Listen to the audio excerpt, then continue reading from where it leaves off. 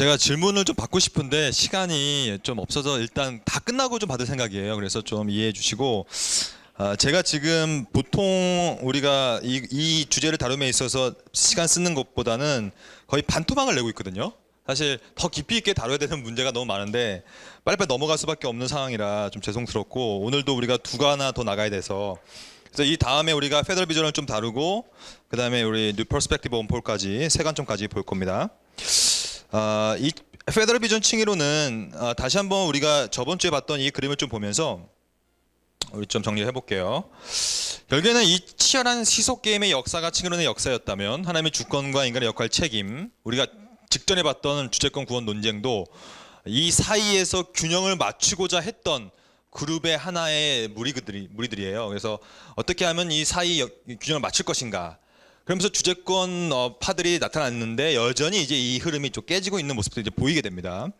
그 중에서 이제 오늘 볼 것은 페더럴 비전이라고, 이 좀 독특한 표현인데요. 좀 이 표현에 대한 어원들을 좀 볼게요.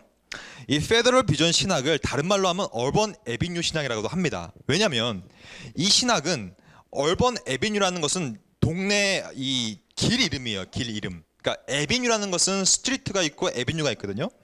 그러니까 예를 들면 이런 것이죠. 우리나라는 뭐 그런 게 없지만 미국 같은 경우에는 이렇게 굉장히 구획되어 있죠. 이렇게 동네가. 자, 이 거리가 있으면 이렇게 가면 스트리트죠. 이렇게 가면 이렇게 가면 에비뉴입니다. 그러니까 동네 이름이라는 것이죠. 그래서 얼번이라는 에비뉴. 그러니까 이게 얼번 에비뉴죠. 에비뉴에 있는 교회에서 시작됐기 때문에 얼번 에비뉴 신학인 거예요. 그러면 이 얼번 에비뉴라는 동네, 거기에서 얼번 에비뉴 장로교회가 있었는데, 이게 직접 그 교회 사진입니다. 이 얼번 에비뉴 장로교회에서 컨퍼런스가 열려요. 신학 컨퍼런스가 우리 같이 이렇게. 근데 컨퍼런스가 열리는데 그 컨퍼런스의 주제가 페더럴 비전이었어요. 그러면 이 동네가 어디 있는지 볼게요. 이런 미국인데, 미국에 보면 루지애나 밑에 쪽이죠. 루지애나 이 주에 몬로라는 도시가 있어요. 이 도시 안에 있는 얼번 에비뉴라는 동네에서 시작된 그룹이에요. 이 그룹은. 그래서 이 당시가 보면 이 미국이라는 것은 이 남쪽 지역이잖아요. 이쪽이 남쪽 지역이 굉장히 기독교가 센 지역입니다. 그래서 특히 이 지역은 전부 다 침례교가 가득 차고 있어요. 침례. 남침례교라고 하는데 미국 최대의 교단, 남침례 교단이거든요. 남침례 교단은 가장 대표적인 것이 이쪽 테네시나 미시시피나 엘리바마, 애리조나 이쪽 지역인데, 특히 이제 켄터키의 서던 베프티스트가 있죠. 그러니까 이 지역들이 굉장히 보수 기독교 쪽이에요. 그러니까 이 페더럴 비전은 여러분 이단도 아니에요. 반개혁주의적인 것도 아니에요. 사실 굉장히 보수주의적인 신학 컨퍼런스였어요. 이게 언제 벌어졌는가? 뚱뚱뚱뚱뚱 몇 년도입니까? 2002년입니다. 역시 센스가 좋으시네. 2002년에 우리나라는 뚱뚱뚱 하고 있었는데 여기서는 1월에 이 컨퍼런스가 열렸죠. 이 페더럴 비전이라는 명칭을 붙은 이유가 뭐냐면, 이 얼번 에비뉴 장로교회에서 이러한 제목을 가지고 컨퍼런스를 한 거예요. 여기는 열린 성경 아카데미라고 적혀 있잖아요. 이 당시의 컨퍼런스는 페더럴 비전 개혁주의 언약 사상에 대한 고찰이라는 제목을 가지고 컨퍼런스를 한 거예요. 학회를 했는데, 그럼 이 페더럴 비전이 무엇인가를 좀 볼게요. 페더럴 비전. 그러니까 이것은 이제 좀 독특한 표현이기도 하지만 또 자주 쓰이는 표현이기도 합니다. 페더럴 비전이라고 하는데, 여러분 이 언약이라는 것이 뭐냐면, 언약을 영어로 하면 커버넌트라고 하죠. 근데 언약주의라는 말을 쓸 때는 페더럴리즘이라고도 합니다. 페더럴리즘이라는, 그러니까 언약이라는 주의를 만들 때, 그러니까 페더럴이라는 뜻 자체가, 어원 자체가 언약이라는 뜻이 있어요. 여기 안에 언약, 약속 이런 뜻이죠. 그래서 여러분 그 미국을 보면, 미국은 우리가 알다시피 연방 국가입니다. 이 연방 국가. 그래서 이 각각의 이 주가 그냥 그 나라 자체의 독립적인 주죠. 근데 이게 연방인 이유가, 여러분 USA잖아요. 이게 미국이란 것이 USA인데 유나이티드죠. 유나이티드. 그다음에 스테이츠죠. 아메리카죠. 그러니까 유나이티드 스테이츠 오브 아메리카인데 미국의 주들의 연방, 연합, 그러니까 주연합, 그래서 주연방, 그래서 연방 미국 국가라는 것이죠. 그래서 이 연방이라는 것은 이런 겁니다. 이 뉴멕시코라는 주와 텍사스라는 주와 캔사스라는 주가 각각이 서로 간에 약속을 맺는 거예요. 연방적인 약속들을. 그래서 그것을 언약이라고 하죠. 그래서 나는 나만의 자치주를 만들 거고 너는 너만의 주치를 만들지만 그럼에도 불구하고 뉴욕과 워싱턴에 있는 이 주립 이 최고의 통수권자 거기에 우리는 저촉을 받으면서 동시에 독립적인 주로서 같은 약속을 하면서 연방 국가가 된 거예요. 미국은 그런 식이거든요. 그러니까 이 여기서 말하는 이 연방 국가라고 할 때 언제나 뭐라고 쓰냐면 federal이라고 쓰죠. 그러니까 federal state라고 하죠. 그래서 미국에 가시면 막 연방 경찰들이 지나갈 때 거기에 뭐라고 붙여 있냐면 Federal States of Police 막 이런 서 적혀 있습니다. 그러니까 연방 스테이트 이런 뜻이죠. 그러니까 이게 서로 간의 주와 서로 간의 약속과 언약을 맺는 약속을 맺는 느낌들이거든요. 그게 이제 Federal의 뜻이에요. 그러니까 Federal을 신학에서는 언약으로 둔다면 비전은 관점이죠. 그러니까 Federal 비전은 언약적 관점이라는 뜻이에요. 그러니까 여기서 나오잖아요, 아까. 페더럴 비전이 자체가. 그래서 개혁주의 언약 사상에 대한 고찰이라는 것이 바로 페더럴 비전이에요. 그러니까 개혁 신학에서 말하는 언약이라는 관점은 무엇인가에 대한 고찰을 하기 위해서 모였던 그룹이라는 것이죠. 근데 이 페더럴 비전 신학을 또 다른 말로 하는 것이 하나 있는데 그것이 뭐냐면 셰퍼드즘이라고 부릅니다. 그러니까 이렇게 정리하면 돼요. 페더럴 비전 신학은 곧 얼번 에비뉴 신학이요. 얼번 에비뉴 신학은 곧 셰퍼드즘의 신학이라고 부릅니다. 왜냐? 페더럴 비전 신학의 핵심 수장이 바로 누구냐면 노먼 셰퍼드이기 때문이에요. 이 노먼 셰퍼드는 지금도 살아계시는데 웨스민스터 신학교 필라델피아 조지 신학 교수였습니다. 근데 이분이 칭의론을 잘못 전개해가지고 학교에서 면직을 당해요. 그러니까 이 노먼 셰퍼드가 다 좋은데 칭의론을 좀 잘못 전개했어요. 그래서 이 셰퍼드의 어떤 주장을 따라가는 사람들을 셰퍼디즘이라고 하고 이 셰퍼디즘의 수장격이 셰퍼드니까 이 가운데서 페더럴 비전 신학의 수장으로 우리는 이해할 수가 있는 것이죠. 그러니까 결국에는 정리하자면 얼번 에비뉴 신학, 페더럴 비전 신학 또한 셰퍼디즘 다 같은 뜻입니다. 그러면 우리가 이 셰퍼드, 이 페더럴 비전 신학의 핵심은 무엇인가? 결국에는 언약에 대한 관점인데 그럼 오늘 언약을 좀 볼게요. 언약은 우리가 크게 두 가지로 볼 수 있습니다. 일방적 언약과 쌍방적 언약이죠. 이거는 뭐 간단한 겁니다.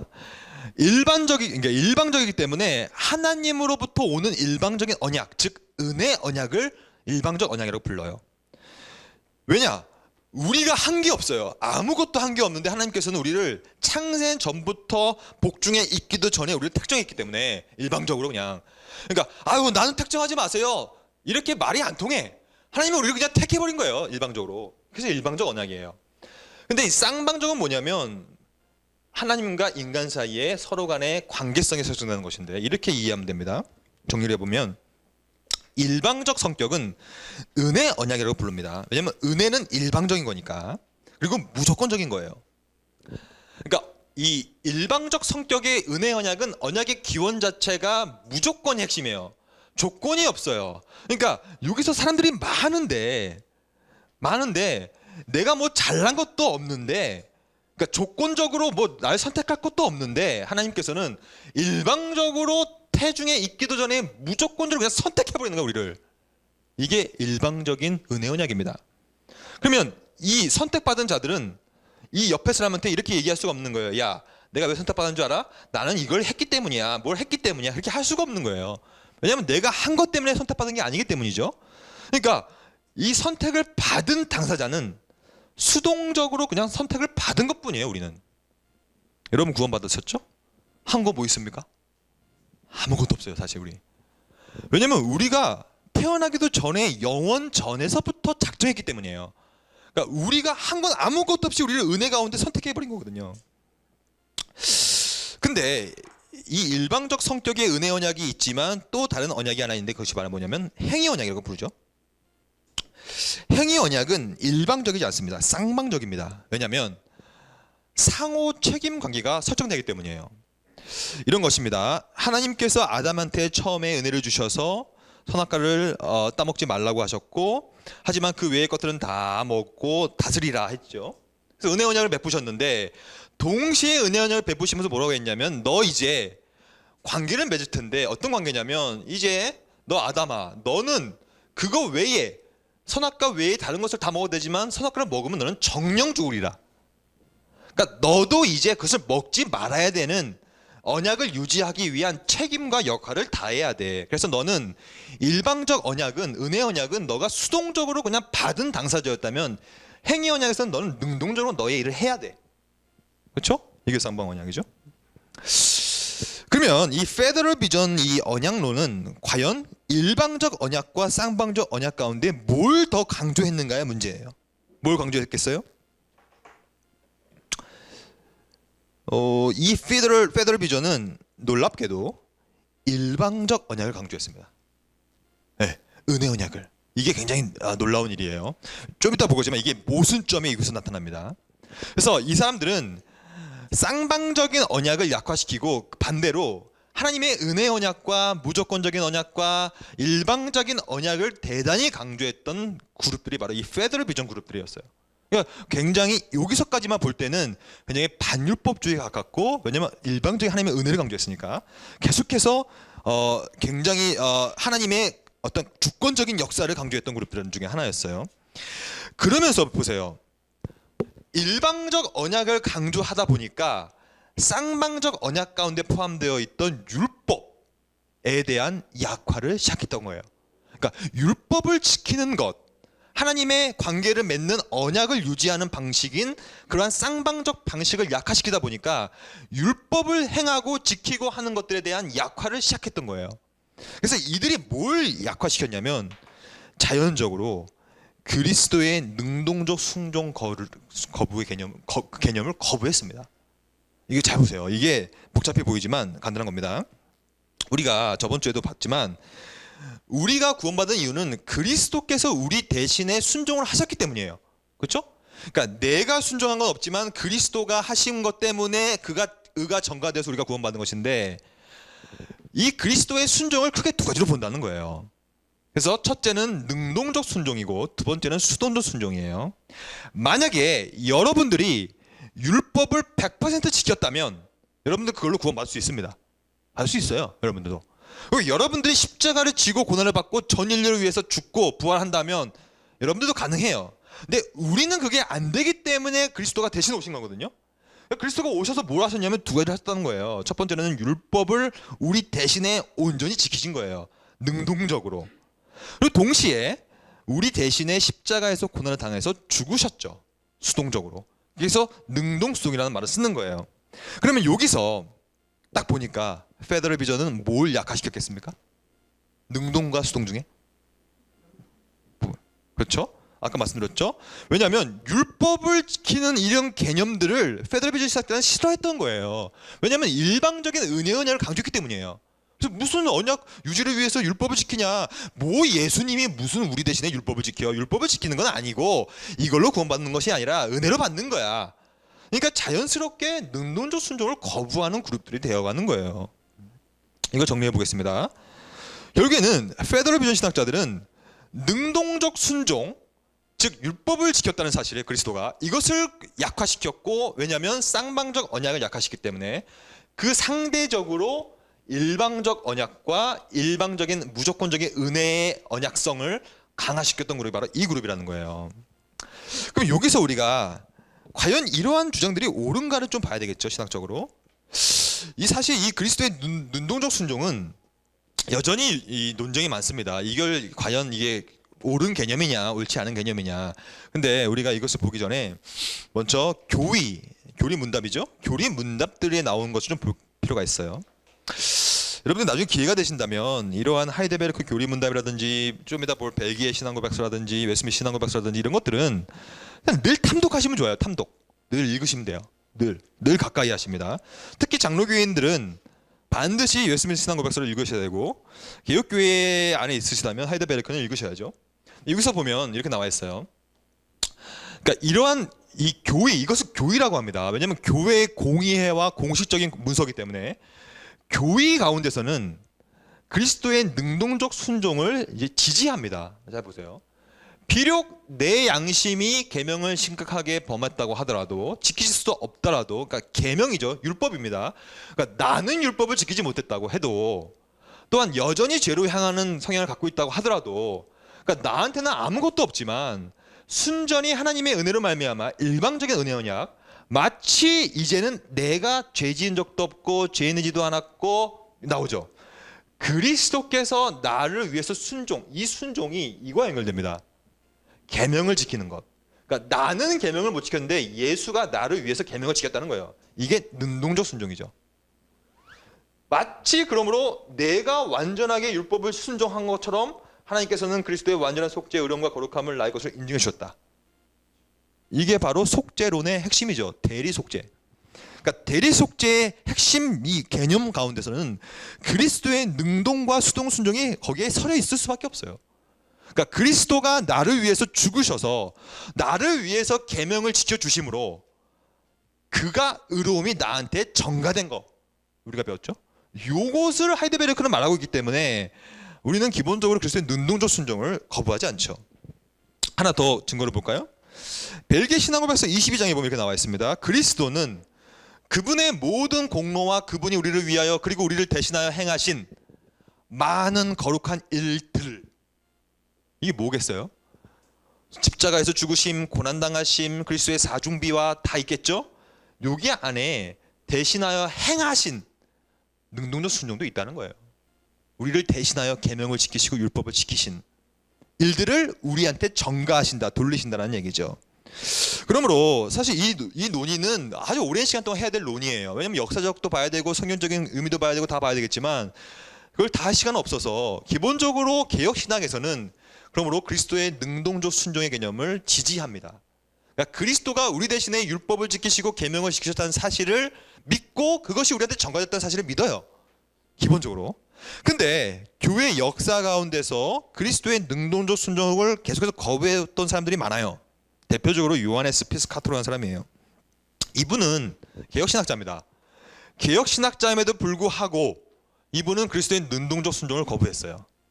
그리고 나중에 이후에 리처드 왓슨이라든지 러트 올턴 윌리라는 사람들, 이 사람들 다 아르미니우스주의자들인데 아르미니우스주의자들도 기본적으로 능동적 순종을 거부합니다. 그러니까 인간이 율법을 행하고 인간의 행함이 조건이 되어야 되는 사람들은 그리스도가 대신한 율법의 행위들을 인정하고 싶지 않은 거예요. 그러므로 이렇게 정리할 수가 있어요. 이 페더럴 비전 신학자들은 기본적인 컨셉이 은혜 언약, 그리고 은혜 언약의 일방적인 성격, 그리고 무조건적인 성격을 강조했던 그룹들이에요. 그러므로 기본적으로 쌍방의 언약들을 약화시켰죠. 그러므로 그리스도가 했던 율법을 지키는 행위, 이것도 거부하고 싶었던 것이죠. 능동적 순종으로 보기 때문에. 근데 여기서부터가 핵심이에요. 그러니까 기본적으로 페더럴 비전의 신학의 언약 신학은 이런 언약 신학을 갖고 있다는 거예요. 근데 이들의 구원론은 또 반대로 갑니다. 이게 모순이에요, 모순. 제가 볼 땐. 그러니까 페더럴 비전이 갖고 있는 모순점이 있는데 이것이 아주 유일한 모순이에요. 보세요. 그러니까 여러분, 언약 신학이 이렇게 가면 칭의론이 반율법주의로 가겠어요, 신율법주의로 가겠어요? 아, 여러분 이거를 딱 말씀해 주시면 좋겠는데. 보세요. 은혜를 강조하고 쌍방을 거부하고 무조건적인 은혜 언약을 강조했던 사람들은 반율법주의 가깝습니까? 신율법주의 가깝습니까? 아, 여러분 이제 완전 여러분 하산해도 되겠는데 이제 완전하게 파악했어요. 그러니까 이러한 언약은 자연스럽게 반율법주의로 가야 되는 거예요. 근데 모순이 나타납니다. 근데도 역설적에도 이들의 칭의로는 신율법주의적이에요. 아, 이게 역설인 거예요. 이 노먼 셰퍼드를 보면요, 이분이 썼던 글이 하나 있어요. 1978년도 11월에 정통 장로교단은 이겁니다. 이 웨스민스터 신학교 교단입니다. PCA라고 하죠. 필라델피아 노회에서 소위 믿음, 회개, 선행과 관련된 칭의에 대한 34개의 논제를 이분이 발표를 해요. 근데 이분의 발표문을 잘 읽어보면 뭐라고 얘기하고 있냐면 신자가 하는 순종이 칭의의 조건이라고 얘기하고 있어요. 딱 뭡니까? 신율법주의잖아요. 그럼 이분이 뭐라고 정확히 얘기하는지 볼게요. 한번 이걸 읽어보시고 문제점을 발견해 보세요. 셰퍼드는 믿음을 이렇게 정의해 내립니다. 믿음, 회개, 순종, 인내는 이 새 언약이라는 것은 이거 일방적인 은혜 언약입니다. 이 은혜 언약의 복을 향유하기 위해 필수 불가결한 조건이라고 그랬어요. 조건. 딱 보니까 뭡니까? 신율법주의죠. 조건이니까.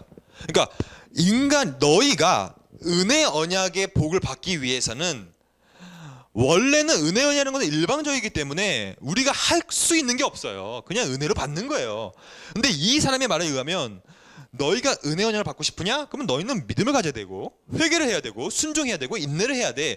왜냐하면 그것들은 은혜 언약의 복을 받기 위한 조건이야 이게. 또다시 신율법주의로 가고 있는 거예요. 그러니까 뭔가를 하는 것이 구원의 조건으로 만들기 때문이에요. 이것 때문에 필라델피아 웨스트민스터 신학교에서 쫓겨납니다. 면직당해버려요. 왜냐하면 너는 종교개혁 신학이 아니라 너는 로마 가톨릭 신학이다. 세미펠라기안이다. 이렇게 한 것이죠. 결국에는 또다시 중요한 게 뭐냐면 믿음을 어떻게 이해하냐의 문제예요. 과연 믿음이 구원을 받기 위한 조건이냐 아니냐의 문제가 다시 또 불거지고 있는 것이죠. 즉 이것은 믿음의 본질에 대한 표현인데 셰퍼드가 했던 표현이 하나 있어요. 제가 하나 적어드릴게요. 셰퍼드는 믿음이라는 것을 어떻게 정의내렸냐면 이렇게 정의내렸어요. 믿음은 무엇이냐? 믿음의 핵심은 뭐냐면 순종하는 믿음이다라고 했어요. 순종하는 믿음. 그러니까 믿음은 순종하는 믿음인데 믿음과 순종, 그래서 이것을 뭐라고 부르냐면 이 사람은 obedient faith라고 했어요. 독특한 표현을 썼어요 자기가. 그래서 믿음은 반드시 순종해야 되는데 순종이 마치 조건이 되는 식으로 얘기했단 말이에요. 조건. 그러니까 순종을 했기 때문에 믿음이 생기는 것이냐, 믿음이 있기 때문에 순종하는 거의 문제입니다. 이거 또다시 결국 이것은 이렇게 정리할 수 있겠죠. 닭이 먼저냐 달걀이 먼저냐 또 문제를 봉착하는 거예요. 그러니까 순종을 했기 때문에 내가 믿음이 생긴 것이냐, 믿음을 선물로 받았기 때문에 순종한 것이냐, 이 문제입니다. What happened first? 뭐가 먼저냐는 거예요 도대체. 근데 분명히 우리가 아까 계속 얘기한 것처럼 여러분 믿음이 있기 때문에 순종한 겁니다. 그러니까 믿음은 하나님이 주시는 일방적인 선물이란 말이에요. 그러니까 이것을 역전시키면 셰퍼드즘이 되는 겁니다. 즉 믿음이 먼저인가 순종이 먼저인가의 문제고요. 그러니까 뭐가 먼저냐의 우선순위의 문제예요. 만약에 순종이 우선이 된다, 즉 조건이 된다, 이것은 정확하게 신율법주의와 똑같죠.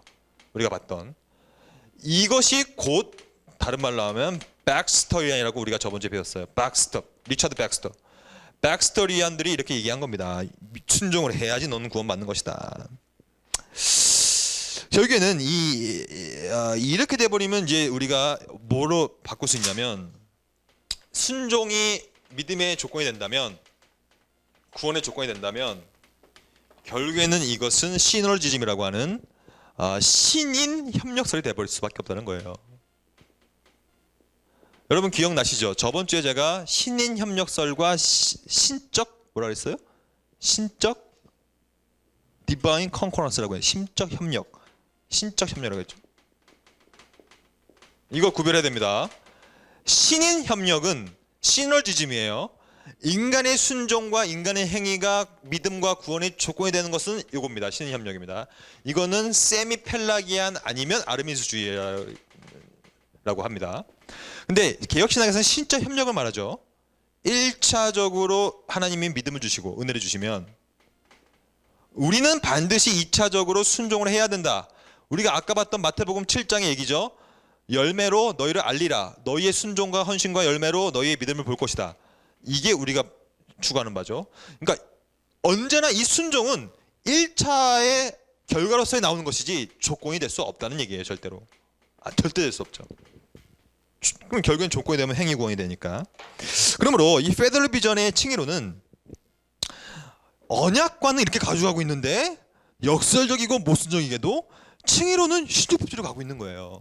여러분 이게 바로 일관성을 잃는 것이에요. 여러분 여러분들은 이제 신학을 공부하든지 뭐 뭘 하시든지 언제나 일관성이 있어야 돼요. 일관성. 이게 핵심이에요. 그러니까 일관성을 잃게 되는 순간 여러분들은 자기 목을 내놔야 될 정도가 돼야 됩니다. 왜냐면 그것은 진리를 거스르는 거거든요. 근데 여러분 이단들이나 아니면 뭐 이거는 페더럴 비전은 이단이라 볼 수 없습니다. 잘못된 교리를 갖고 있죠.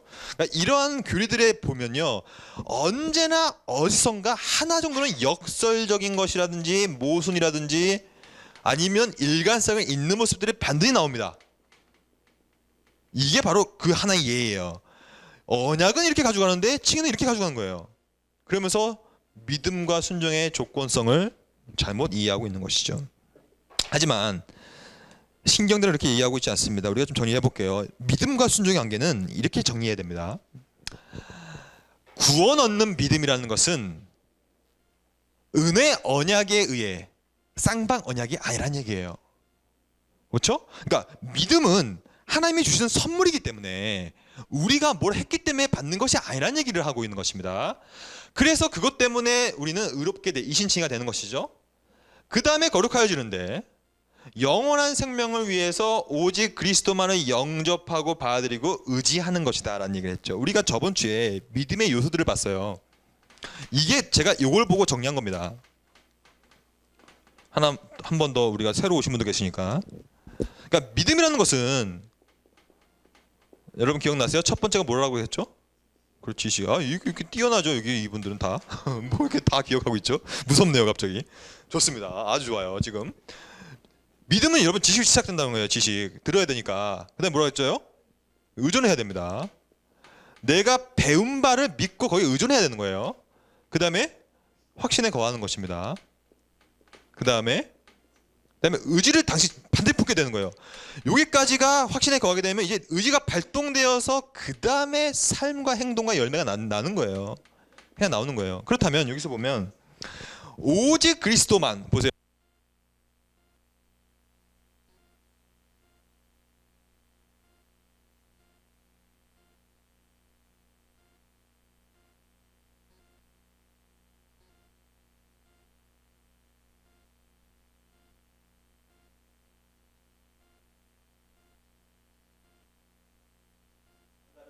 이제 영접하고 받을 수 있는 의지를 품게 되는 것이죠. 네. 의지를 품게 되는 것이죠. 의지를 품게 되어서 받아들여서 이제 그분을 의지하게 돼서 이제 그 다음에는 행함으로 갈 수 있다. 이게 믿음의 요소란 말이죠. 그러니까 여기서 어디에 행함이 먼저 나오고 순종이 먼저 나옵니까? 안 나와요. 순종을 했기 때문에 믿음이 생기는 게 아니라는 얘기를 계속하고 있어요. 이 웨스민스터 신앙고백서는. 벨기에 신앙고백서도 볼까요? 벨기에 신앙고백서는 22장에 보면 이렇게 나와 있어요. 그리스도 외에 혹시라도 순종이나 회개나 어떠한 행위가 필요하다고 하는 것은 하나님에 대하여 대단히 큰 모독이 된다. 왜냐하면 만약에 그렇게 된다면 예수 그리스도는 반쪽밖에 안 된다. 반구주, 반쪽 구세주밖에 안 되는 거예요. 왜냐하면 인간의 순종과 행위가 반쪽을 차지하고 있기 때문이에요. 그러니까 우리가 순종하는 믿음을 만들어낸다면 이것은 예수 그리스도의 공로를 우리가 반쪽을 취해버리는 겁니다. 그러므로 사도 바울은 오직 우리는 믿음만으로 행위 없는 믿음으로 의롭다 하늘 받 이게 신칭이죠. 결국에는 페더럴 비전의 이 신율법주의는 순종하는 믿음이라는 독특한 표현을 만들어내서 순종을 어떠한 믿음을 일으키는 조건으로 삼았던 이게 그 문제라는 것이고, 지금 요 페더럴 비전이 여러분 각광받는 이유가 뭔지 아세요? 제가 그 어느 학회에 갔는데 페더럴 비전에 대한 누가 발표를 하시는데 이 페더럴 비전이 왜 각광받냐면 이신칭이 때문에 각광받는다는 거예요. 이신칭이. 그러니까 한국 교회, 한국 개혁신학이 너무 이신칭의를 강조했기 때문에, 즉 믿음으로만 구원받는 것을 강조했기 때문에 한국이 어떻게 됐느냐? 윤리실종을 낳았다는 소리예요. 이게 말이 되는 소리입니까 이거? 이거는 완전하게 현상을 잘못 분석한 것이죠. 이거는 이신칭의가 뭔지를 모르니까 이런 얘기를 하고 있을 수밖에 없죠. 여러분, 이신칭의를 얘기하고 있는 그 어떠한 신학자고 어떠한 개혁신학자고 어떠한 이 글이라도 믿음을 이렇게 보고 있지 믿음만으로 보지 않는다는 얘기예요. 그러니까 믿음만 가지고 구원받으니까 막 살아도 구원받는다고 얘기를 하는 자는 아무도 없습니다, 여러분. 언제나 믿음은 지식에서 의존해서 확신에 의지하고 영접하고 그 다음에 열매, 삶을 만들어낼 수밖에 없다. 칼빈을 봤죠? 이중 은혜를 얘기하고 있지. 그러니까 이것은 잘못된 분석이에요. 이거는 이신칭이가 한국교회의 윤리실종을 만들어낸 게 아닙니다. 절대로. 그거는 이신칭이 자체를 오해하고 말도 안 되는 분석이에요. 그건 정말 아무리 생각해도. 여러분, 이신칭이를 부리집던 많은 사람들은 특히 이 베드로도 그렇고 로마서도 그렇고 야고보서도 그렇고 끊임없이 이 얘기를 하고 있는 거예요. 믿음은, 이게 참된 믿음이라면 열매를 만들어낸다. 윤리를 실종시키는 게 윤리를 강화시킨다는 것, 삶을 강화시킨다는 것이 이 늘 그 논리였단 말이에요. 근데 왜 그런 식으로 얘기하면서, 그러면서 뭐라고 얘기하냐면, 그러므로 이 믿음에다가 순종을 넣어야 된다라고 얘기하는 거예요. 이런 말도 안 되는 분석으로 시작하는 이런 게 어디 있습니까, 여러분? 이거는요, 제가 볼 때는 학자적 게으름입니다. 이거는 읽지 않은 거예요. 결국에 이신칭이가 뭔지를 보지 않고 얘기하는 거예요. 여러분, 이신칭이는 절대 그렇지 않습니다. 왜냐하면 이 의로서, 믿음으로써 의롭다 칭을 받는다, 요 믿음의 요소가 이렇기 때문에 이렇게 될 수가 없기 때문에 절대로 될 수가 없어요. 제가 박사논문 쓸 때도 이런 내용들이 하도 많아가지고 한번 봤어요. 제가 모든 아니지 사실, 많은 개혁신학자의 글을 읽어보니까 이신칭의를 늘 이렇게 얘기합니다. 늘 이렇게 최종 마지막에 행위로 본단 말이에요. 행위로. 왜냐하면 그것이 야고보서의 가르침이니까. 그러니까 이거는 잘못된 어떠한 현상 분석에 의한 신학적인 고찰이죠. 그러므로 이 페더럴 비전을 볼게요. 정리를 해볼게요. 제가 이 뉴 퍼스펙티브 그 뭡니까, 세관점을 좀 더 보려고 시간을 좀 빨리 쓰고 있어요. 우리가 9시에 끝내야 되니까. 결국에는 이 페더럴 비전 신학은 신율법주의 칭의론에 가까운데 육중원에 의해서 한번 좀 분석을 해볼 필요가 있죠. 결국에는 이들은 이 믿음을 잘못 이해했던 것이죠. 그러니까 이 믿음은 언제나 수단에 불과하다는 거예요. 수단에. 그러니까 뭐가 덧붙여지면 안 돼요. 공로가 돼서도 안 돼요. 근데 페더럴 비전은 뭔가 수단적 원인 플러스 순종을 만들어내므로 뭔가를 해가지고 이것이 자연스럽게 공로로 갈 수밖에 없는 구조를 섰다는 거예요. 그러니까 또다시 헤아릴 새 것이 없는 것이죠. 또다시 페더럴 비전은 인간의 주권 강조, 왜냐하면 무상 은혜 그룹이 이쪽을 강조해버리니까 또다시 신율법주의로 가고 있는 페더럴 비전 신학자들이 이제 등장하고 있다는 겁니다. 이런 페더럴 비전은 개혁 신학 측에서 엄청나게 비판을 합니다. 어떤 식으로 비판하냐면 똑같아요. 주재권 구원 그룹과 똑같은 얘기를 하는 거예요. 네. 너희들은 결국에는 잘못 이해하고 있다. 믿음에 대한 잘못된 이해가 너희를 그렇게 만들었다. 즉 핵심은 뭐냐면 믿음을 반율법주의로 볼 것인가 신율법주의로 볼 것인가 문제예요. 네.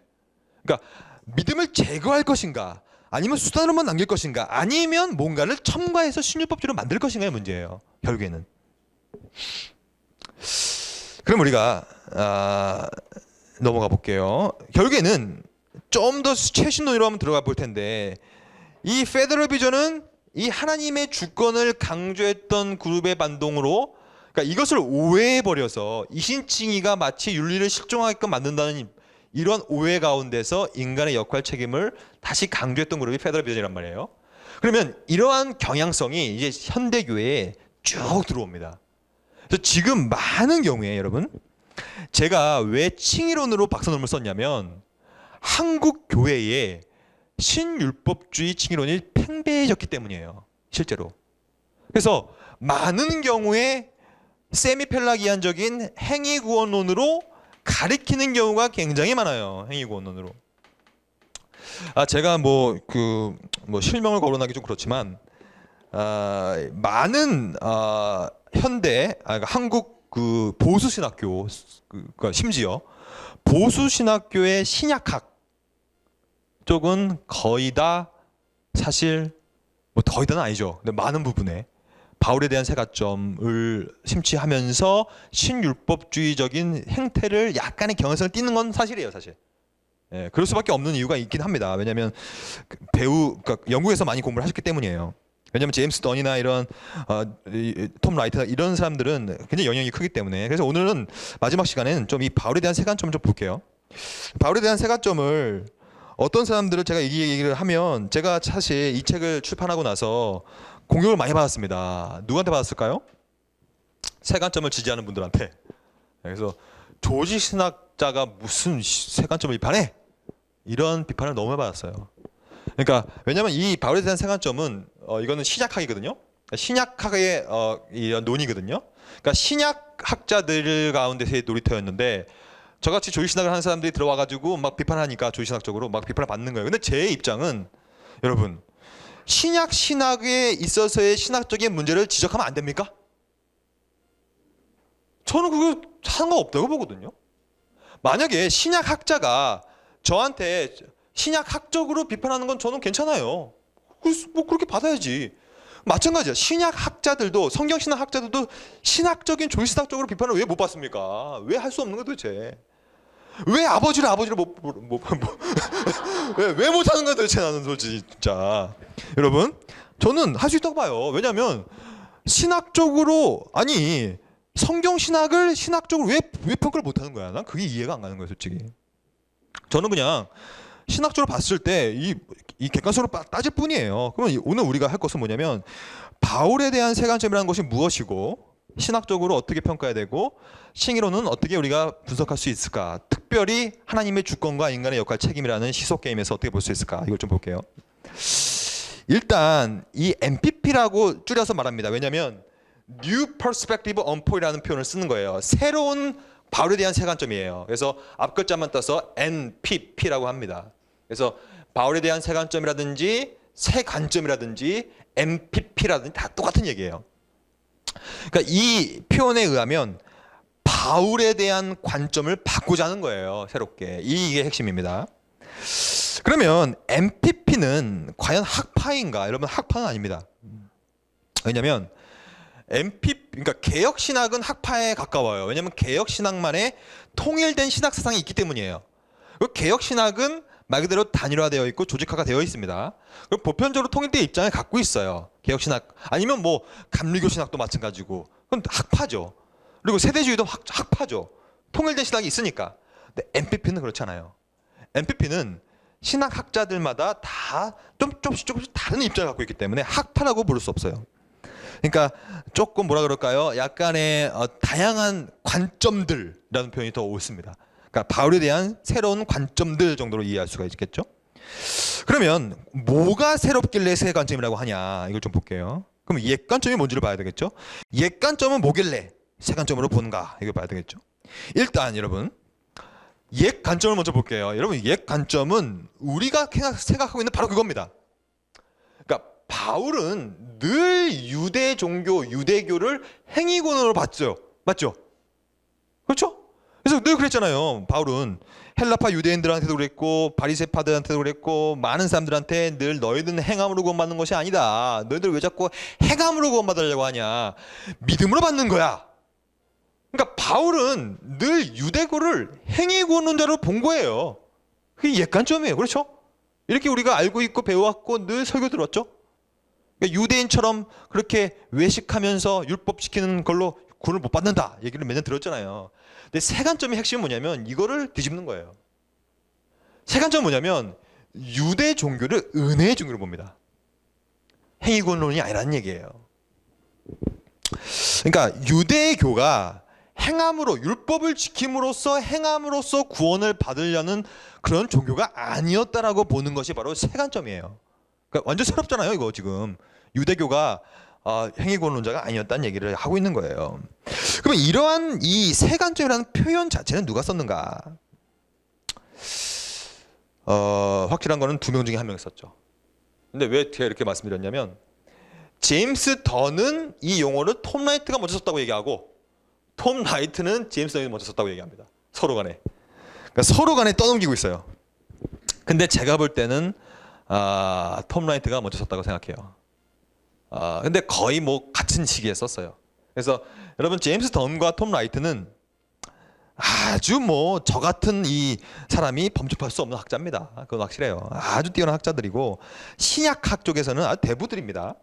근데 이 두 분이 소위 New Perspective on Paul 세관점 학파에 있어서의 수장격인데 이 두 분의 입장도 완전 같은 건 아니에요. 약간의 차이들이 있습니다. 근데 이 두 분 다 어떠한 입장을 따라가고 있는 건 확실해요. 그러니까 이 제임스 던이라든지 톰 라이트 둘 다 어떤 한 명의 신학자를 쫓아가고 있는 건 확실한데 그건 누구냐면 바로 E.P. 샌더스입니다. 여러분들 E.P. 샌더스 책이 최근에 또 번역돼 나왔습니다. 그래서 여러분 기회가 되면 읽어보시고 분별을 할 필요가 있어요. 이게 뭐 분별을 하면서 읽어야 될 책입니다. 그래서 Paul and Palestine Judaism 아주 유명한 책이죠. 이건 획기적인 책. 그러니까 이 책에 의하면 이 샌더스라는 사람에 의하면 이렇게 보는 거예요. 언약을 얘기하면서 이스라엘 사람들은 이렇게 얘기하는 것입니다. 이스라엘 사람들은 원래 하나님의 은혜로운 선택과 언약으로 하나님의 은혜 언약에 getting in 들어갔다는 거예요. 그러면 유대인들은 하나님의 언약으로 이렇게 은혜롭게 들어왔는데 그러면 율법을 왜 지켰냐?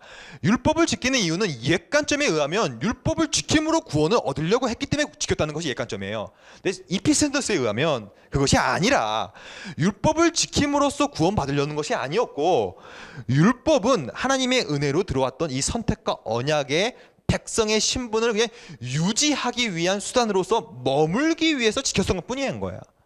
이것은 큰 차이를 가집니다. 그러니까 율법을 지킴으로 구원을 받으려고 한 것이 아니라 그냥 은혜 안에 있기 위해서 율법을 지켜나갔던 것뿐이라는 얘기를 하는 거예요. 이것을 뭐라고 하냐면 언약적 율법주라고 합니다. Covenantal Nomism. 그러니까 언약 안에 staying in이라고 하는데 머물기 위하여서 그냥 율법을 지킨 것이지 율법을 지킴으로써 구원받으려고 한 것은 아니었다는 거예요. 그러면서 E.P. 샌더스는요 1세기 이 고대 이 금방 그 지역에 있는 헬라 이 문헌들 있잖아요. 문헌들을 다 조사해가지고 열심히 이 소위 팔레스타인 지역에 있는 모든 문서들을 다 조사해가지고 그 당시 봐라 율법을 지키고 모든 걸 지키는 것은 율법을 지킴으로 구원받으려고 한 것이 아니라 그냥 거기 안에 머물기 위한 것이었다. 이것이 언약적 율법주의였다. 그러므로 바울은 잘못 이해했던 것이다. 이렇게 한 거예요. 이것은 센세이션한 것이죠. 왜냐하면 늘 생각했던 유대교의 행위권을 반대하고 있으니까. 반대로 얘기하고 있잖아요 지금. 그러면 결국에는 여기서 핵심은 뭐냐면 의가 무엇이냐는 의가. 그러니까 샌더스에 의하면 의로움. 그러니까 왜냐하면 죄인이 의로움이 있어야지 칭의되는 것인데. 그러니까 의인은 의롭게 되는 것은 그냥 입회 용어로서 하나님의 언약 안에 들어가 입회하여서 거기 안에 상태를 유지하는 것으로 쓰인 것이지 이것은 무슨 율법을 지킴으로 구원받는 것이 아니라는 얘기를 하고 있는 거예요. 그러면 샌더스에 의한 율법은 무엇이냐? 율법은 옛관점에 의하면 율법주의적으로 행위의를 강조하여서 행위로 구원을 받는다는 것으로 율법을 생각하는 것은 이건 잘못됐다고 보는 것이죠. 잘못됐다 이런 것은 이건 옛관점이다. 이게 옳은 것이다. means for staying in covenant. 언약 안에 머무는 것이다. 율법을 지킴으로. 그러므로 이 책이 중요한 이유는 뭐냐면요. 이 샌더스의 주장의 결론은 이거예요.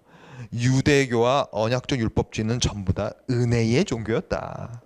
행위 구원의 종교가 아니었다는 얘기예요.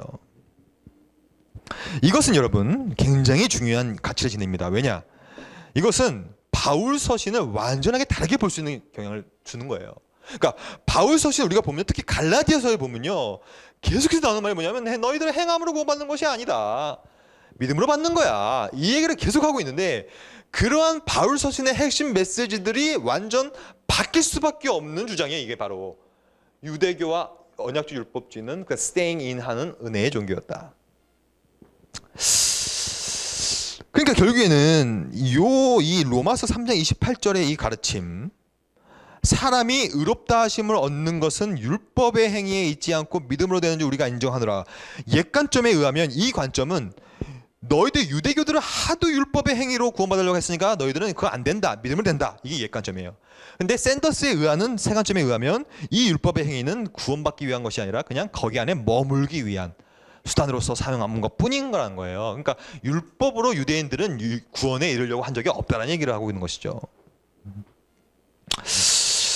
그러면 여기서 이러한 E.P. 샌더스의 개념들을 바탕을 깔고 이제 앤드류 라이트가 신학을 전개합니다. 앤드류 라이트는 이렇게 생겼죠. 이 학술적인 책을 쓸 때는 앤티 라이트라는 써요. 니콜라스 톰 라이트라고 써고 대중적인 책을 쓸 때는 톰 라이트라고 씁니다. 니콜라스를 빼요. 근데 니콜라스 엔티라이트나 톰 라이트나 똑같은 사람입니다. 자기가 이름을 좀 이렇게 변경했습니다. 그러니까 미들네임을 빼고 쓰거나 퍼스네임만 쓰거나 이렇게 합니다. 오늘 좀 톰 라이트 좀 얘기를 할 건데요. 여러분 톰 라이트는 엔티라이트는 엄청난 사람입니다. 제가 이거 한번 검색해봤는데 이게 뭐냐면 톰 라이트 책이에요. 톰 라이트 책이 나오자마자 다 번역되어 나와버립니다. 한국말로. 이렇게 많이 번역되어 있어요. 엄청납니다. 다 베스트셀러죠. 이게요 계속 나와요. 책. 이 사람이요 엄청 다작가예요. 책을 엄청 써요. 근데 책이 쓰면요 바로 그냥 번역되어 나와버려요. 한국말로. 그만큼 팔리기 때문이에요. 엔트라이트 엄청 팔립니다. 엄청나게 많은 책을 썼어요 이 사람이. 근데 여러분 이 엔트라이트 이거 어떻게 평가해야 됩니까? 저는 이 엔트라이트의 평가는요 이렇게 되면 안 됩니다. 엇갈리는 평가가 있어요. 첫째, 지나치게 우상해서도 안 돼요. 네. 여러분 엔트라이트가 우상이 돼서는 안 됩니다. 오로지 우리의 히어로는 예수밖에 없어요. 네. 예수 그리스도만 우상이 돼야지. 어떠한 신학자도 우상이 되면 어떤 사람들은요 어떤 신학자는 예수가 가라사대를 해야 될 거 아닙니까? 근데 톰 라이트가 가라사대. 톰 라이트가 얘기했으니까 그게 진리야. 진리입니까? 진리 아닙니다. 톰 라이트 거의 김정일 수준이야. 그냥 거의 물개박수. 그냥 뭐 잘하든 못하든 그냥. 이렇게 한 신학자를 우상시해서 안 돼요. 저는 여기에 칼빈도 들어갈 수 있다고 생각해요. 여러분 칼빈도 우상이 되면 안 돼요. 우리의 유일한 우상은 예수밖에 없어요. 여러분 칼빈도 루터도 뭐 바빙크도 여러분 우상이 되면 안 돼요. 마찬가지. 여러분 어떠한 신학자도 우상을 만들어서는 안 돼요. 저는요 그 좀 우려가 되더라고요. 톰 라이트가 한 말을 그냥 다 우상이 돼버려가지고 막 거의 진리야 진리. 지나치게 각광해서도 안 되며 반대로 지나치게 평가절하해서도 안 돼요. 네. 보수 신학들은 엔티라이트에 대해서 지나친 반감을 갖고 있기도 해요. 그거는 옳지도 않다고 저는 생각해요. 저는요 언제나 신학 방법론은 객관성이 있어야 돼요. 잘한 건 잘했다고 생각하고 못한 건 못했다고 평가하면 되는 거예요. 지나친 우상화도 안 돼요. 지나친 평가절도 안 되는 것이죠. 그러니까 이 뭡니까? 이 엔티라이트가 잘한 건 잘했다, 잘못된 건 잘못했다 신학적으로 평가할 뿐이지 지나치게 깔아뭉개고 이것을 뭐라고 부르냐면 제가 제일 싫어하는 진영논리라고 부릅니다. 여러분 진영논리는 반드시 깨부셔야 돼요. 진영논리는 무엇이냐면 내가 그래도 오랜 동안 합동측에 있었는데 개혁신학에 있었는데 읽지도 않고 그냥 그 진영에 따라가는 거예요. 뭐라고 합니까? 전문 용어로 카더라 통신이라고 하죠. 카더라 통신. 그렇다더라. 내가 읽고 판단해야지 그렇다더라로 평가하면 안 되는 거예요. 그래서 실력을 쌓아야 되는 거예요. 실력을 쌓지 않으면 안 돼요. 그냥 카더라 통신으로 진영 논리에 빠져가는 것이 아니라 나는 그 논리에 그 진영에 있으니 나는 톰 라이트를 우상할 거야. 나는 그 진영에 있으니 톰 라이트를 비판하는 진영이 있으니 나는 그 사람들을 그냥 평가절하해 버릴 거야. 전부 다 옳지 않은 방법론이에요. 이건 우리는 객관적으로 봐야죠. 객관적으로 라이트의 주장을 보고 뭐가 문제인가, 뭐가 잘 됐는가 이거 봐야 되겠죠. 그래서 좀 주장을 좀 볼게요. 라이트는 이분이 하는 말이 뭐냐면 제가 라이트를 직접 직강도 몇 번 들었어요. 왜냐면 제가 미국에서 공부할 때 이분이 칼빈 신학교에 3차례 오셨어요. 3번 왔어요. 3번. 제가 다 갔죠. 다 가가지고 들어봤는데 그때는 대중 강연이었기 때문에 굉장히 쉽게 설명을 했는데 전혀 문제가 되지 않았어요. 신학적으로. 그때 했던 말이 뭐냐면 메타 내러티브에 대한 얘기였어요. 이 메타라는 내러티브의 뜻은 뭐냐면 큰 이야기라는 뜻이에요. 큰 이야기. 그러니까 성경을 어떻게 보냐면 이 사람은 창조와 언약의 커다란 이야기로 봅니다. 그러니까 어떠한 나무 하나를 보는 것이 아니라 큰 숲을 봐요. 저는 이것은 큰 장점이라고 생각해요. 그러니까 우리는 이것은 우리가 좀 배워야 될 점입니다. 그러니까 이렇게 봅니다. 성경을 큰 틀에서 이렇게 보는 거예요.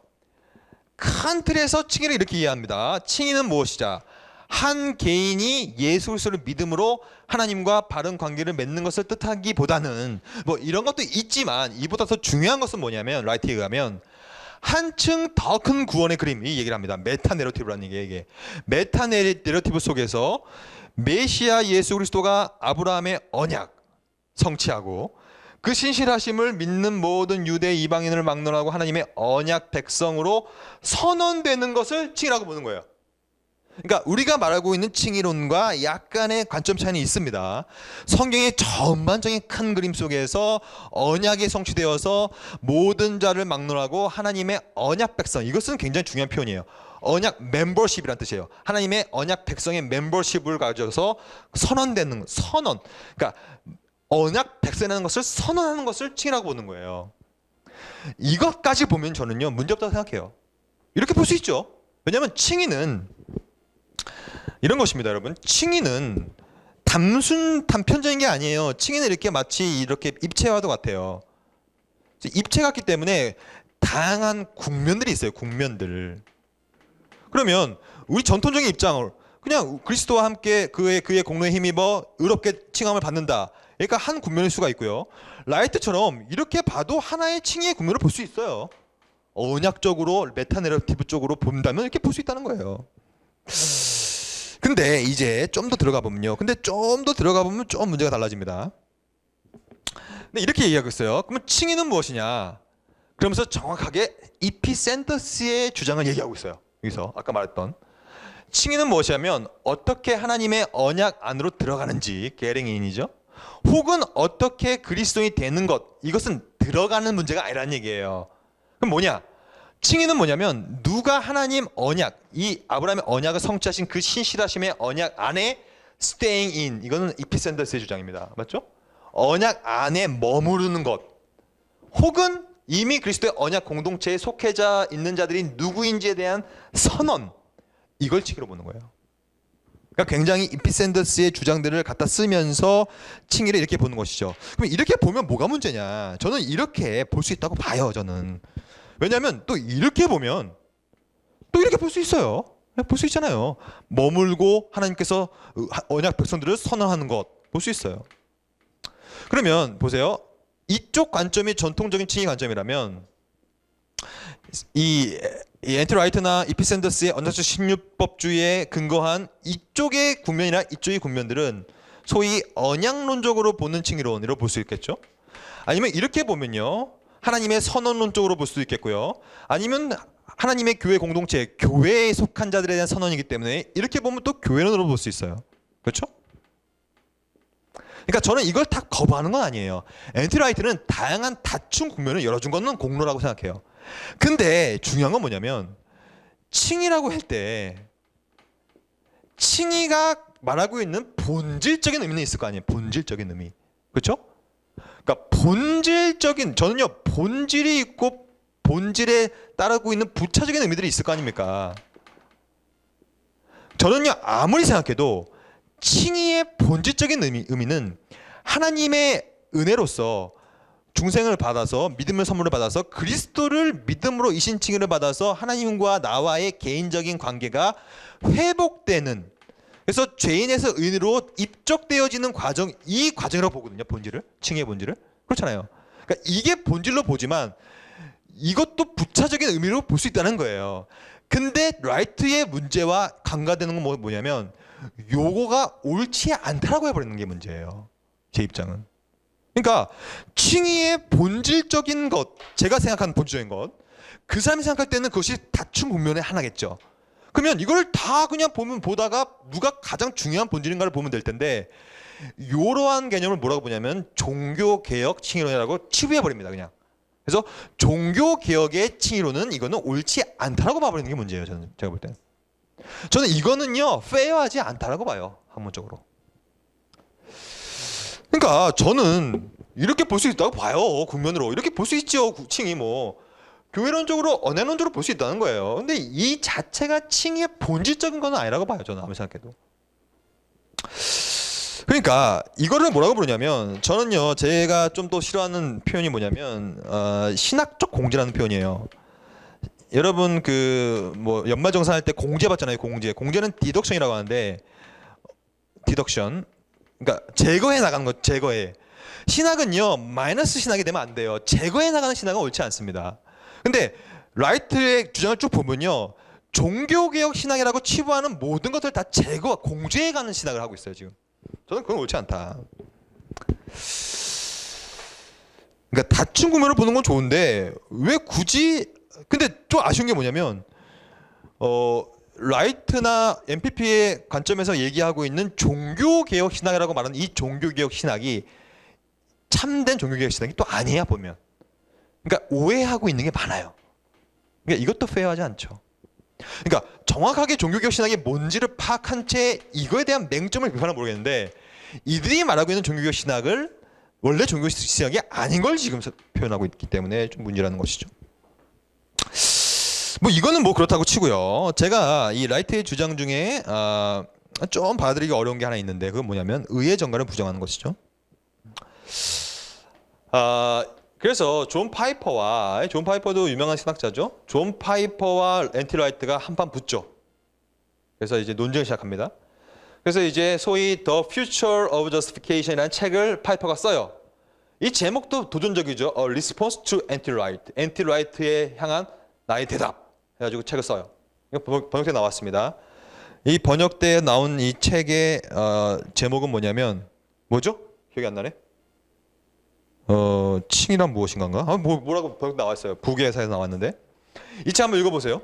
뭐죠? 칭이론인가요? 뭐 이 책이 나왔어요. 하여튼간에 번역돼서. 한번 읽어보세요. 근데 이 책을 보면요, 이 책의 핵심은 뭐냐면 두 가지를 지적하고 있는데 톰 라이트 주장 가운데 의의 정가를 거부하는 것과 미래칭의 이거 좀 더 볼 겁니다. 이걸 먼저 볼게요. 의의 정가가 문제가 된다고 이제 얘기하고 있는 거예요. 왜냐? 라이트는 의의 정가를 부정합니다. 부정하는 이유를 보여드릴까요? 이렇게 말하고 있습니다. 이 라이트의 주장이에요. 의가 죄인에게로 넘어간다고 하는 의의 정가 개념은 마치 그리스도의 의가 어떤 물질이나 가스처럼 만들어가지고 한 장소에서 다른 장소로 이동한다라고 만드는 개념으로 말이 되지 않는다고 얘기하는 거예요. 그러니까 사실 우리가 저번 주에 본 것처럼 여러분 그리스도의 의가 우리한테 전가되는 것은 실제론적인 것이 아니라고 얘기했죠. 제가 기억나세요? 실제론적인 것이 아니라 신비로운 거라고 제가 얘기했잖아요. 이건 신비로운 거예요 사실. 왜냐면 이거는 법정적인 거기 때문이에요. 그러니까 그리스도의 의가 우리한테 실제적으로 이게 주입되는 게 아니에요. 주입은 이 로마 카톨릭이라는 거예요. 그러니까 실제적으로 주입되는 개념이 아니기 때문에 이건 말이 안 되죠. 그러니까 라이트는 마치 의의 정가를 실제론적으로 이해하고 있는 거예요. 그래서 이거 거부한다는 거예요. 근데 종교개혁 신학에서 말하는 의의 정가는 실제론적인 게 아닙니다. 주입설이 아니기 때문이에요. 정가, 신비로운 법정적 정가이기 때문에 그리스도의 의가 우리한테 넘어왔다라고 정가되었다고 하나님께서 여겨준다는 뜻이에요. 여겨준다. 그러니까 이것은 실제론적인 것이 아니죠. 여겨주는 거니까. 그렇게 칭해준다는 것뿐이에요. 그렇게 간주한다는 뜻이에요. 근데 이 라이트는 기본적으로 실제론적 입장에 따라 가지고 의의 정가를 거부해버리죠. 그러면서 이렇게 얘기합니다. 칭의는 무엇이냐? 의가 정가되는 것이 아니라 또다시 말합니다. Covenant Membership. 그리스도의 죽음과 부활로 입증된 하나님의 언약 백성 회원권을 소유한 상태를 선언받는 것이다 라는 얘기를 하는 거예요. 그러니까 이 얘기를 하는 거예요. 저는요 이게 문제가 없다고 생각해요. 왜냐하면 칭의의 다툼 국면 중에서 언약론으로 봤을 때는 문제가 없어요. 이건 사실. 근데 문제는 없는데 의의 정가를 거부한다면 그리스도의 의가 우리한테 정가되지 않는다면 우리가 칭의의 근거가 없어져 버리거든요. 저는 그 부분에서 저는 실제로 문제가 있다고 생각하는 거예요. 그리고 그리스도의 의의 정가는 이거는 사실 라이트의 주장은 성경에 나오고 있지 않다는 개념이에요. 근데 사실 그건 옳은 주장입니다. 성경은 의의 정가를 얘기하고 있잖아요. 그러니까 의의 정가라는 표현이 안 나온다는 얘기예요. 제 말은. 그러니까 의의 정가라는 표현이 안 나오고 하지만 성경은 다양한 형태로 의의 정가를 얘기하고 있는 바가 우리가 좀 이따 볼 겁니다. 그리고 세 번째로 제가 가장 좀 받아들이기 어려운 주장이 바로 이 미래칭의에 대한 얘기입니다. 이 미래칭의라는 이러한 개념 때문에 아까 파이퍼가 글을 쓴 거예요. The Future of Justification이라는 미래칭의라는 책을 썼죠. 이 라이트가 이 뭐라고 썼냐 이렇게 썼어요. 이건 라이트가 한 말입니다. 그러니까 미래칭의는 뭐냐면 라이트에 의하면 이건 예수님이 재림한 다음에 마지막 칭의를 말합니다. 미래에 벌어질 칭의. 미래칭의는 전체 삶의 근거해란 말 썼어요. 근거해. 그래서 이거는 라이트의 표현이에요. On the basis of the entire life라는 말을 썼어요. 그러니까 예수님이 오시면 너희들은 어떻게 칭의받냐면 너희가 어떻게 살았는지 전체 삶에 근거하여, 마치 근거라는 것은 베이시스이기 때문에 조건이 되는 거예요. 공개적으로 확증할 내용의 현재 칭의가 믿음의 기초에 지금 확정해 준다는 표현을 쓴 거예요. 제가 볼 때는 이 말은요, 실수야, 실수. 아무리 생각해도 이렇게 쓰면 안 됩니다. 칭의는 우리 삶에 근거하지 않아요. 예수의 의에 근거하지. 네, 그렇습니다. 그게 그 성의 가르침이에요. 근데 on the basis라는 이 아주 강력한 표현을 썼어요. 근거한다는 표현을 써버린 거예요. 그래서 이것 때문에 라이트가 엄청 비판을 받습니다. 너는 이거 미래 칭의론자냐? 다른 말로 하면 너는 유보적 칭의론자냐? 현재 칭의는 완성되지 않고 마지막 때가 되면 너희의 삶의 근거에서 너희는 칭의를 받는 것이냐?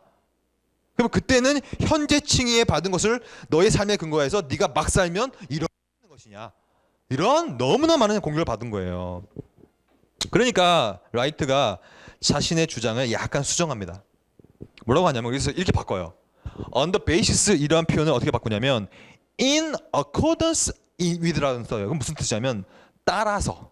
그러니까 근거한다는 말은 좀 세니까 전체 삶을 따라서 확정한다 이런 말을 씁니다.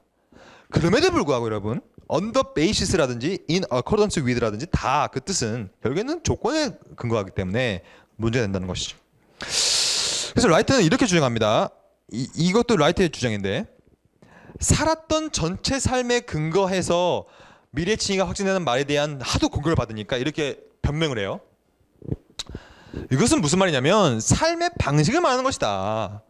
그러니까 행위구원이 아니라 삶의 방식이 성령 하나님께서 우리를 이끄셔서 이러한 방식으로 사는 이 삶의 방식에 근거하여 우리가 미래 칭의를 받는 것이라는 얘기를 하는 거예요. 그러니까 이것도 그러면서 왜 이런 얘기를 하냐면 아까 말씀드렸던 이 얘기를 합니다. 라이트가 딱 이 얘기를 합니다. 종교개혁 신학의 이신칭의는 믿음만을 강조하고 삶을 약화시킴으로 윤리실종을 낳기 때문에 이것을 거부한다고 얘기하는 거예요. 이게 옳은 주장입니까? 저는 아무리 생각해도 라이트는 종교개혁 칭의론은 모르고 있다 라는 결론밖에 들지 않아요. 왜냐면 믿음은 이게 행위를 약화시킬 수가 없다니까 이신칭의는 아무리 생각해도 이건. 그러니까 이 문제 제기와 이러한 사안에 대한 분석은 이건 잘못된 분석이에요. 그러므로 이것을 약화시킨다는 것은 이거는 완전 잘못된 처방전을 내는 것이죠. 우리 선생님, 의사 선생님 잘못된 처방전을 내리면 어떻게 됩니까? 안 되잖아요. 사람이 이건 잘못된 처방전이지. 이거는 병을 잘못 진단해가지고 잘못된 처방전을 내리고 있는 거예요. 이거는 아무리 생각해도. 왜 이거를 왜 비판 못해요? 저는 비판할 수 있다고 생각해요. 그러면 네. 네. 그렇죠. 비슷하게 얘기하는데 그럼에도 불구하고 끝까지 이것을 놓치지 않아요. 이 사람은. 미래칭의. 왜냐하면 우리 입장은 미래칭의가 없습니다. 아예. 이것을 이중칭의라고 얘기하는데 우리는 현재칭의가 끝이에요. 현재칭의 되면 우리는 이 영원까지 가는 거예요. 그 칭의가. 탈락되지 않아요. 이게 우리의 가르침이에요. 그것이 바로 성도의 견인교리예요. 근데 미래칭이라는 것은 마치 구원의 탈락 가능성을 얘기하고 있는 논리적인 구조를 열어요. 근데 엔트라이트가 구원의 탈락 가능성을 얘기한 것이라는 얘기는 아니에요. 그 얘기를 하진 않아요. 하지만 그러한 논리 구조를 열 수가 있어요. 왜냐하면 막 살게 되면 그 삶에 근거하여 칭의 못 받을 수 있기 때문에 미래칭의를. 그러니까 미래칭이라는 표현 자체가 우리는 종말에서 배우면 그것은 미래에 있을 상급과 선행에 대한 그런 복락의 개념으로 생각해야지 우리의 현재의 칭의가 미래에 완성된다거나 이런 건 없는 거예요. 칭의는 이미 끝났는데 무슨 나중에 어떻게 됩니까? 끝까지 가는 거지 그 칭의는. 그러한 느낌, 그러니까 구원론적으로 문제가 됩니다. 분명히 이 부분은. 그러면 남은 시간 동안 우리가 MPP에 대한 내용들을 좀 반박해 볼게요. 일단 처음에 저는 이 언약적 율법주의, 아까 우리 봤던 이피샌더스의 주장, 즉 유대교는 행위구원론이 아니었다는 주장, 저는 그것도 그렇게 볼 수 있다고 봐요. 뭐 그렇게 볼 수도 있겠죠. 근데 성경 전체가 뭘 얘기하고 있는 걸 봐야겠죠. 아무리 살펴봐도 여러분, 그러니까 굳이 바울 서신을 보지 않아도 요것은 이제 마태복음 19장 얘기죠. 이 청년이 와가지고 이런 얘기를 한단 말이에요. 내가 무슨 선한 일을 행하여야 영생을 얻으리까라는 표현을 쓴단 말이에요. 그러니까 이 청년은요, 유대인이었어요. 그러니까 유대인이 영생을 받는 방법을 행함으로 받다는 것의 증거가 될 수 있는 것이죠. 그렇죠? 그러니까 율법으로서 행함을 지킴으로써 영생을 누리는 것이 유대교가 아니었다면, 그냥 행하는 것은 언약 안에 머물기 위한 방식으로서 사용했더라면 이런 얘기를 안 했을 거 아니에요, 이 청년은. 근데 이 청년은 몰래 와가지고요, 밤에 오잖아, 몰래 와가지고 물어보잖아요. 내가 선한 일을 행하여야 영생을 얻겠습니까? 이것은 행위구원이었다는 소리죠, 그 당시가. 단순히 뭐 이것만 뿐만 아니라 여러분, 갈라디아서, 로마서 이런 거 다 보시면 계속해서 바울은 행함에 대한 이 구원에 대한 반대를 하고 있잖아요. 그리고 여러분, 갈라디아서 이런 데 보면 나중에 헬라파 유대인들이 들어올 때도 이들은 정통파 유대인도 아니에요. 헬라파 유대인들한테도 뭐라고 했냐면, 자꾸 행함을 강조하니까 너희들은 저주받는 복이라고 얘기했잖아요. 그것은 결국 뭡니까? 왜 너희들은 자꾸 유대인의 묵은 조문으로 하냐, 율법의 조문으로, 묵은 조문으로 왜 자꾸 구원을 얻으려고 하느냐, 이러한 성경의 가르침이 많은데 굳이 왜 이것을 행위권으로 안 보느냐, 이것도 저는 의문이에요, 사실. 뭐 이거에 대한 깊이 있는 내용들을 우리가 다 할 수는 없습니다. 여러분들 한번 생각해 보시고, 아까 우리가 봤던 이 이피 샌더스의 책을 한번 읽어 보시면 좋을 것 같고요.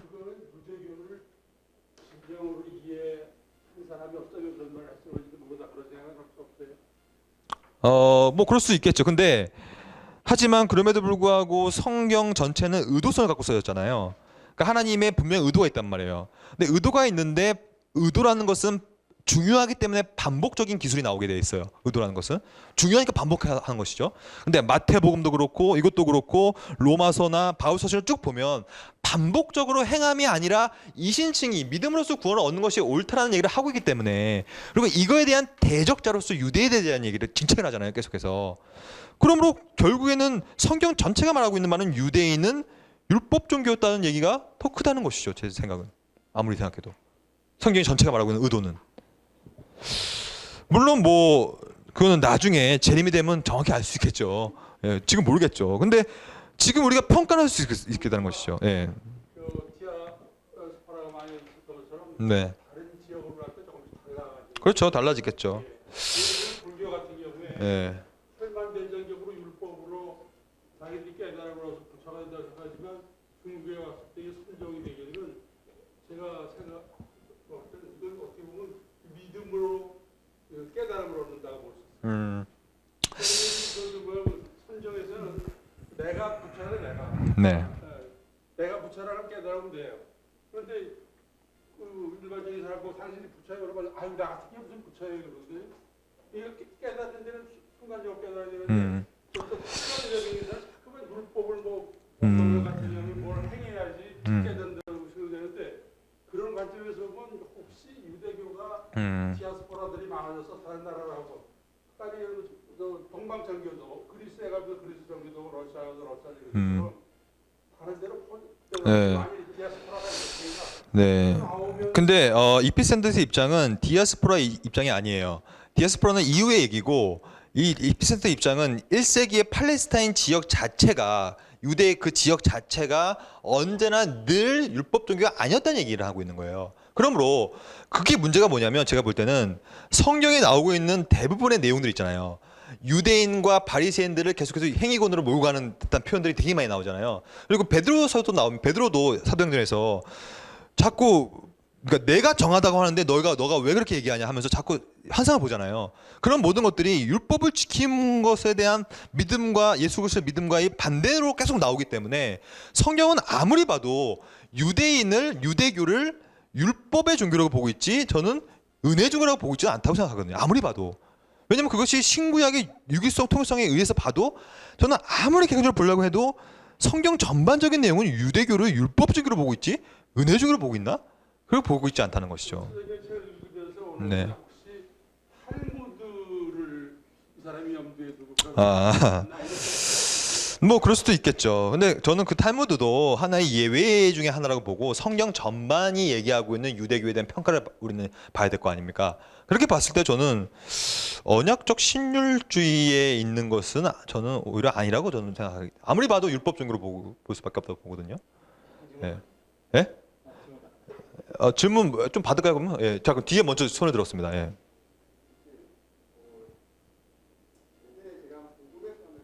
네.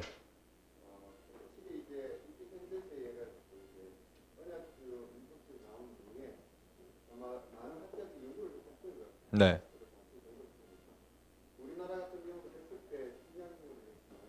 최갑정 교수님. 네. 저는 참고로 최갑정 교수님의 칭의론을 받지 않습니다. 네. 그러니까 그 예전에 유대교에 있었던 문서들을 조사를 해보면 그렇죠. 문서상으로는 네. 예, 우리가 알다시피 그 당시에 1세기의 유대인들이 그런 행위 종교도 있을 뿐만 아니라 그런 은혜에 의한 그 은혜의 종교에 대한 그런 맥락도 많이 있었다는 것이 그렇죠. 혼용돼 있었다는 네. 것이죠. 그럼에도 불구하고 이제 우리가 사도 바울을 받아들이는 이유는 이미 문서는 그렇게 돼 있을지 모르겠지만 그들이 실제로 주장하는 것은 이제 율법에 의한 행위를 강조하기 때문에 네. 사도 바울이 반발을 했지 않았을까? 네. 뭐 그런 생각. 그래요. 저도 사실 뭐 이피샌더스의 입장을 완전하게 다 거부하는 건 아니에요. 분명히 그 안에 제가 범접할 수 없는 소스들을 다 분석한 글도 많고, 특히 저는 뭐 1세기 팔레스타인 문서를 본 적은 없으니까, 그러니까 그런 거는 저희가 뭐 다 거부하는 건 아니지만, 저는 아까 말씀드렸다시피 성경의 의도성을 갖고 있는 이 성경 계시가 전반적인 큰 틀에서 유기성과 통합성을 가지고 신구약 가운데서 얘기하고 있는 그 의도가 무엇인가를 봤을 때, 저는 유대교는 행위 구원론에 가깝다고 저는 보는 거예요. 근데 왜 그거를 굳이 바꾸어야 되는 의도와 그 저희를 저는 보겠다는 거예요. 그리고 저는 그 저희를 소위 저는 개인적으로 신학적인 불순한 의도로 봅니다. 저는 엄밀히 말하면 그걸 다 말씀드릴 수 없고. 그리고 또 질문 누가 있으시죠? 목사님, 이 질문 받고 좀 더 나가면 마칠 겁니다. 예, 그 톰 라이트가 말하고 있는 바가 그 유대교를 그 행위의 종교라고 본 건 맞다고 생각이 되어지고, 네. 하지만은 톰 라이트가 성경 전반이 유대교는 분명히 그 행위의 종교고 일부의 행위라고 말하지만은 네. 그 우리가 볼 때 구약의 정신과 구약의 사상은 은혜에 의한 구원을 강조하고 있다는 것이죠. 그렇죠. 그래서 네. 톰 라이트가 말하고 있는 바가 행여 그가 표현은 유대교의 그 행위적인 그걸 말하고 있지만은 사실은 구약이 가지고 있는 은혜적인 의미를 강조하는 것은 아닐까 그런 생각을 갖고 있는 오케이. 거죠. 그것도 뭐 맞습니다. 그렇게 이해하지만 그거는 제가 볼 때는 언약론적으로 봤을 때는 그렇게 볼 수 있다고 봐요. 근데 제가 지금 다루는 건 칭의론인데, 칭의론에서는 기본적으로 그런 이피샌드스의 주장, 언약적 신율법주의, 신율주의에 근거에 하여서 칭의를 하나님과 인간 간의 1대1적인 어떠한 관계로 보기보다는 좀 더 하나님의 언약, 그 아까 말씀하신 구약에 나타난 그 하나님의 언약 백성으로서의 회원권으로서의 하나님의 신실하심의 선언 정도로 보기 때문에 저는 그거는 오케이란 말이에요. 근데 아까 말씀드렸던 요 1차적인 본질적인 의미를 제거하는 식으로의 방향성은 옳지 않다는 얘기예요, 제 말은. 그러니까 저는 아까 말씀드렸다시피 저는 그렇게 배타적으로 신학을 하고자 하는 사람은 아니에요. 받아들일 수 있는 건 받아들일 수 있다고 생각해요. 그래서 이피 샌더스나 앤티 라이트나 어떠한 그러한 우리가 미처 못 봤던 내용들, 하지만 그것을 신학적 공제의 방식으로 해나가는 건 옳지 않다고 보고, 무조건 종교적 신학이라고 치부하여서 이것을 거부하면서 자기들은 뭔가 이런 것들은 다 고리타분한 것이고, 그래서 이 보수신학 내에서도 이런 얘기를 하는 것을 고리타분하게 여기는 경우가 있거든요. 근데 저는요, 진리는 고리타분하는 걸 생각해요. 저는 세 관점이 다 옳은 건 아니잖아요. 옳은 게 옳은 것이지. 그러니까 고리타분한 것이 진리라면 저는 아무리 고리타면 저는 가져가고 싶은 사람이에요. 근데 새로운 관점과 여러 가지 관점들이 새로운 국면들을 바라볼 수 있다고 봐요. 그건 옳다고 봐요. 공헌이라고 봐요. 근데 그것이 기존의 관점들을 공제해 가거나 제거하거나 이것을 비꼬는 경우도 많아요. 제가 이 책 내고 나서 심지어 무슨 말을 들었냐면, 저 젊은 사람이 어떻게 저렇게 좌경화가 됐냐, 뭐 이런 이야기 들었어요. 그러니까 저를 그냥 진영 논리에 그냥 판단해 버리는 거거든요. 근데 저는 그것도 다 옳지 않다고 봐요. 그냥 제가 말하고 있는 것과 아니면 그 사람들이 말하고 있는 것 중에 옳은 거를 취하고, 저는 그래서 이것을 절충주라고 보거든요. 그러니까 말씀하신 것과 다 저도 받을 수 있는 건 받으리지만, 그렇지 않은, 특히 신학적 공제를 하여서 기존에 가져갔던 것들을 큰 설득력 없이 제거해가는 성향들은 좀 옳지 않다라는 생각이 드는 것이죠. 좀 더 가볼게요. 가보고 우리가 좀 더 질문을 받고 두 번째로 의의 정가의 부분입니다. 의의 정가는 웨스민스터 신앙고백서 11장 1절에 보면 뭐 웨스민스터 신앙고백서가 곧 성경은 아닙니다. 하지만 성경을 잘 주해했던 본문이기 때문에 여기 이렇게 나와 있어요. 그의 순종, 이거는 이중 순종이죠. 적극적 순종, 수동적 순종 뭐 다 있죠. 만족을 그들에게 정가라는 표현이 나와요. 그러면서 여기에 각주가 달립니다. 성경 각주가. 여러분 나중에 집에 읽어보세요. 웨스민스터 신앙고백서를 찾아보시면 인터넷에 다 뜹니다. 성경 주해를 잘 읽어보세요. 그러면 성경에 근거하여서 오늘 여기 다 볼 수는 없으니까 그래서 정가라는 표현이 나오면서 정가가 이 웨스민스터 신앙고백서라는 것은 교의입니다. 교의 가운데 포함시켰죠. 그러니까 그 엔티 라이트는 이 자체도 싫어하는 거예요. 그러니까 교의에 포함됐다고 해서 꼭 믿어야 될 것이냐라는 질문을 합니다. 근데 저는 믿어야 된다고 생각해요. 네. 저는 이런 거야 똑같아요. 그러면 성경을 왜 믿어야 되냐? 하나님 말씀이니까 믿어야 되지. 그럼 그것을 토로할 수 없는 거잖아요.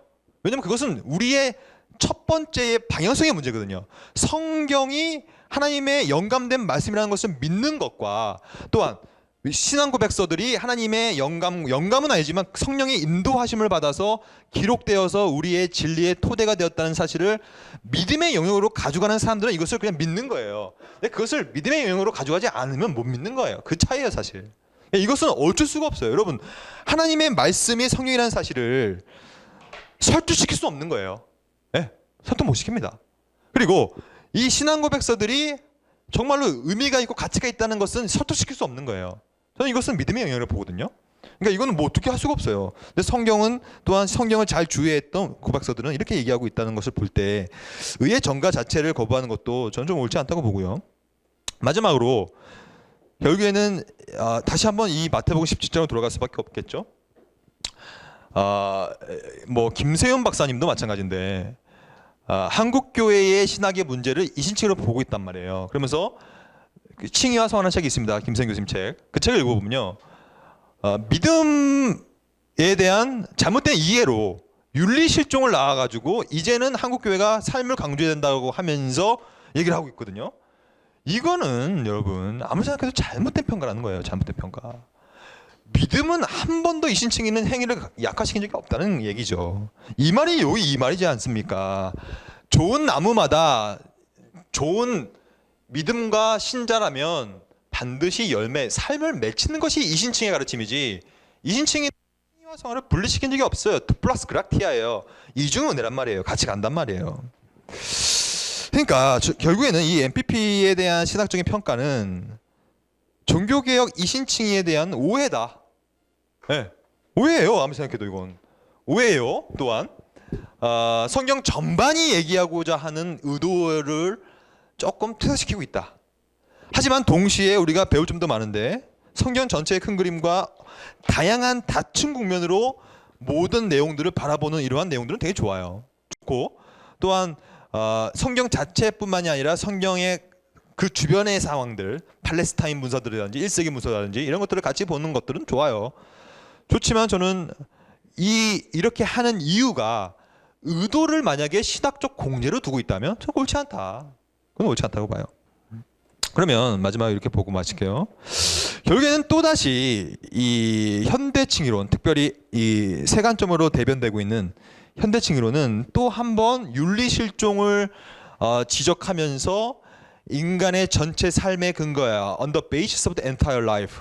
우리의 모든 삶의 entire life에 근거하여서 칭의가 미래 칭의가 확정된다고 하는 표현들은 또다시 신율법주의적인 느낌으로 가고 있다고 저는 생각하거든요.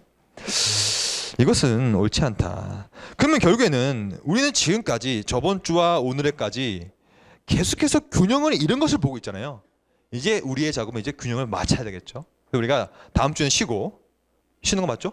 네. 그 다음 주에 오셔서 이제 마지막으로 균형을 좀 잡는 시간을 갖겠어요. 그래서 어떻게 하면 그러면 하나님의 주권과 인간의 책임 사이에 균형을 맞추고 그것을 하기 위해서는 중요한 개념이 있는데 바로 이 능동적 수동적 칭의 개념이거든요.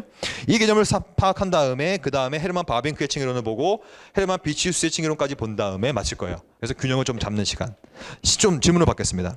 하나님 감사합니다. 저희를 창세전부터 예정해 주셔서 작정해 주셔서 또 우리를 불러주시고 믿음을 주셔서 그 믿음을 하나님의 은혜로 수단적 은혜를 사용하여 하나님의 나라의 귀한 백성으로 삼아주신 은혜를 진심으로 감사합니다. 우리가 받은 은혜에 감사하여 하나님의 말씀을 더 배우고자 또한 신학을 더 깊이 공부하고자 이 자리에 모였습니다. 이 자리에 모이는 순간순간 우리가 교만함으로 싹트는 것이 아니라 더욱더 겸손해지게 도와주시고 하나님이 주시는 신령한 은혜와 귀한 지식들을 잘 배우고 꼴을 먹음으로 더욱더 들음으로 믿음이 성장하여 많은 열매를 100배의 열매를 맺는 저희 모두가 될 수 있도록 인도하여 주시옵소서. 만약에 이해가 못한 부분이 있다면 성령께서 인도하여 주시고 성령의 조명과 인도하심으로 하나씩 깨닫게 하여 주셔서 무엇보다 이 깨달음이 우리의 삶에 투영되어 반영되어 우리가 매일매일 하나님을 더 닮아가고 또 성화의 삶을 더 거룩한 삶을 살아갈 수 있는 저희 모두가 될 수 있도록 하나님 인도하여 주시옵소서.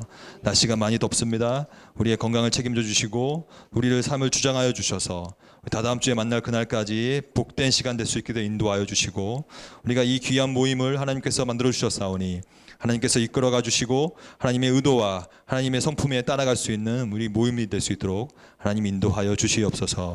가는 발걸음 축복하여 주실 줄 믿사오며 이 모든 말씀 예수님 이름으로 기도드립니다. 아멘.